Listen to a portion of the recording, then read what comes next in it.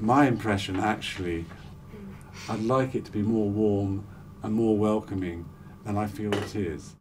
And although it's Sally Potter's site, I do feel that she's absent from that site.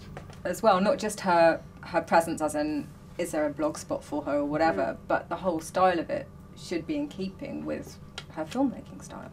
I did notice somewhere there's a little button that says manual, but it never occurred to me to click on that button.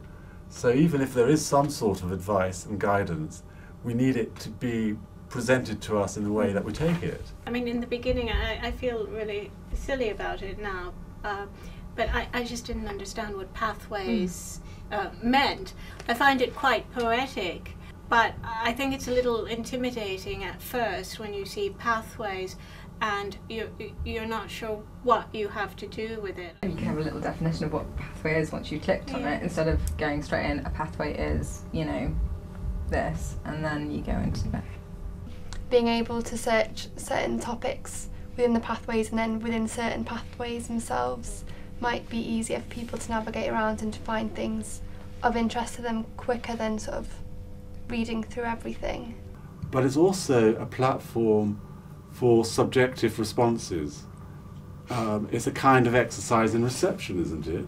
So we're saying it's more than behind the scenes. We don't just want behind the scenes, this, you know, DVD commentaries, like you say. It's the room for comment is so important because that's how it's going to grow.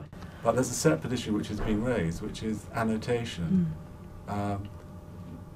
Did people feel this generally? They wanted more explanation? Yeah, absolutely. Lack of annotation. So you clicked on something of interest, say a pre-production drawing, and went, well, who drew it? How did it end up being in the film? And it needs to somehow be explained to us. We've been looking at it for a while, so over the last year or so, and nothing's really changed much, I don't think, on the website.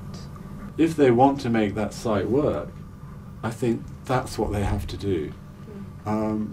And really the energy has to come from them. But it is really helpful and important to be able to link the practice of filmmaking with the finished product, looking at what has been in drafts and has been removed. Things like that can show sort of a lot more about the filmmaker's intention.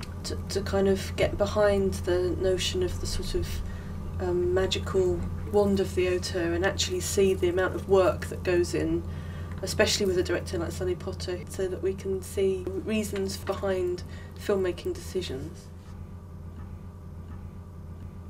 I think we see all the steps of the process, don't we? And I think in that way it's clearly gives us some sort of insight into that process.